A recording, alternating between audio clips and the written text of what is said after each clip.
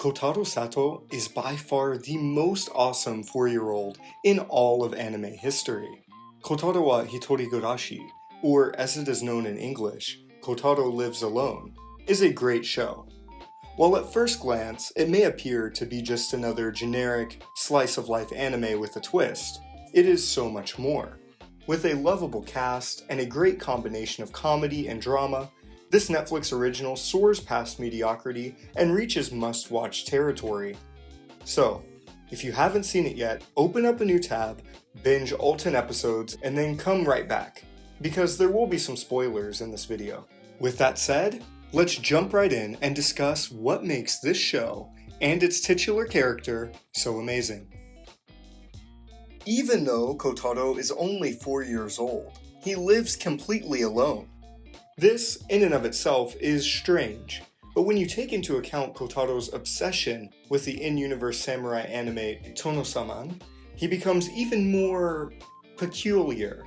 He wears a samurai sword and speaks in the formal and stiff style of a samurai. Wonderful observation. Good morrow to you, sir. Through persistence and charm, Kotaro makes friends with his neighbors, primarily Tamaru, Karino, and Mizuki.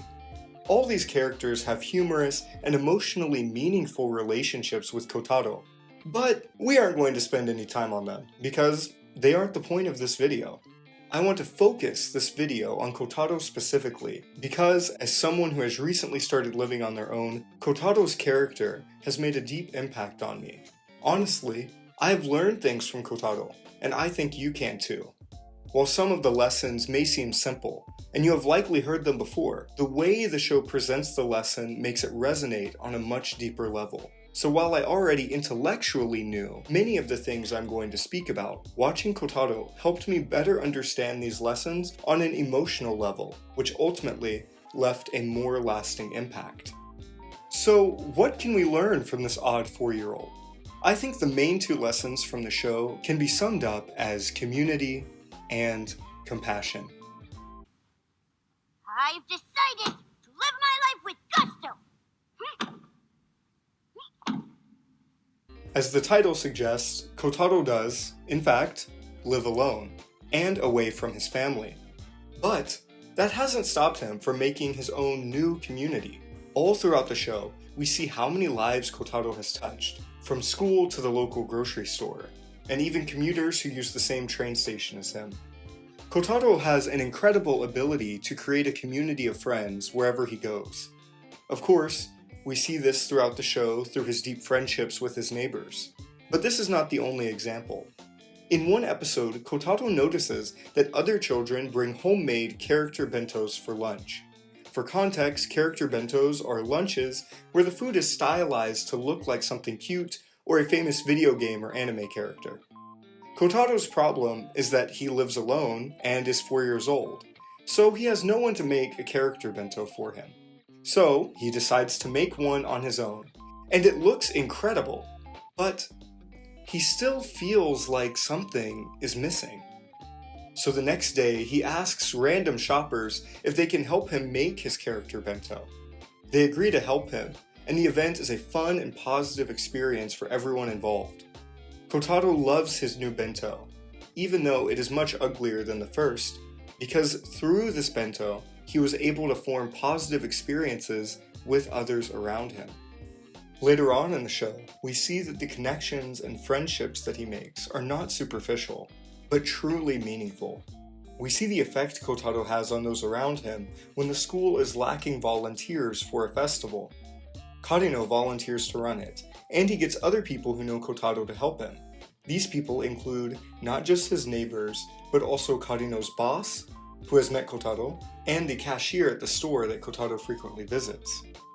The show could stop here, and it would still be great. Kotaro has found a new community of loving adults, and he is happy now. Except, that is not the full story. The show takes its message and makes it more impactful and realistic by showing that even though Kotaro has found a community that acts as a new family, he still feels alone at times and misses his real family. Kotaro is subscribed to 5 different newspapers and reads all of them, just to make sure his parents aren't mentioned in any accidents or obituaries. When he finishes reading the papers, he feels relieved if he doesn't see his parents' names, because then he knows they are safe. Another example is found in an episode where Kotaro uses multiple low-quality disguises to get more free balloons from a vendor.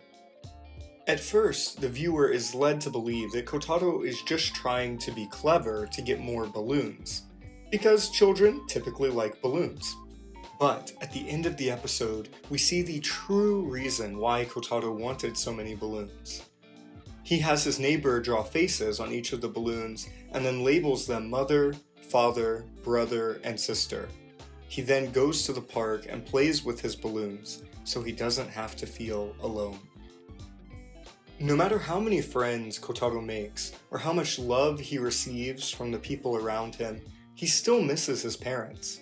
This nuance adds a whole new level of depth to the show and reflects many people's lived experience. So what exactly did Kotaro teach me about community? He showed me that if I reach out and try to connect with others, I can make new meaningful relationships. But that doesn't mean I'm replacing my old ones. When I first watched Kotaro, I had recently moved very far away from my friends and family. So watching him put himself out there and connect with those around him inspired me to do the same. I am doing them a great disservice by keeping you from them.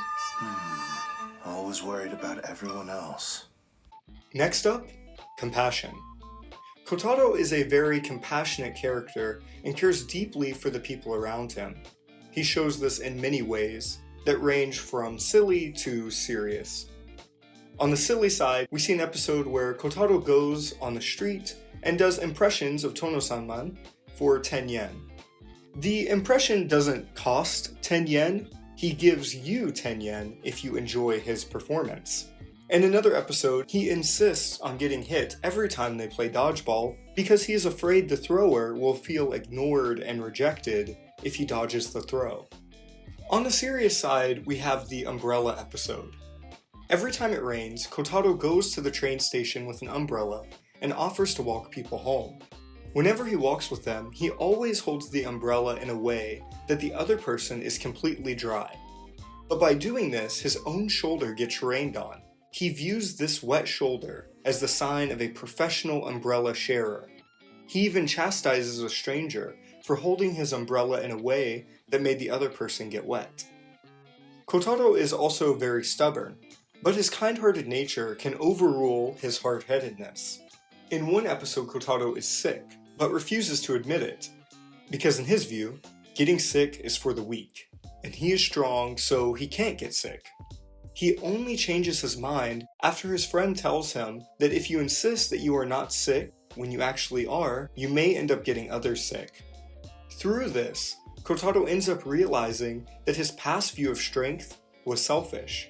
He finally admits that he is sick, and realizes that true strength is not just physical. In this case, Kotaro's compassion for others led him to admit that he was wrong, and even change his worldview. He put the health of others before his own pride, which is difficult for many people to do. What makes Kotaro's compassion so special is that he goes above and beyond. He looks for ways to care for others, is willing to change his harmful views, and can be quite selfless. Watching the lengths Kotaro would go to try and help others inspired me to do the same. And while I don't walk random strangers to their homes every rainy day, I have tried to be more aware about the little ways I can help out and be compassionate for those around me. Sir Karino, thank you for all of your work today. Kotaro may only be 4 years old, but his struggles and triumphs are relatable to people of all ages. Watching this anime, I laughed, I cried, and I was moved by Kotaro's outlook on life. He inspired me to reach out to those around me and do my best to create a community, and motivated me to be more compassionate in ways large and small. I don't think Kotaro will get a second season, which is a shame. But, even though his run on Netflix is over, the lessons I learned from this anime will stay with me for many years to come.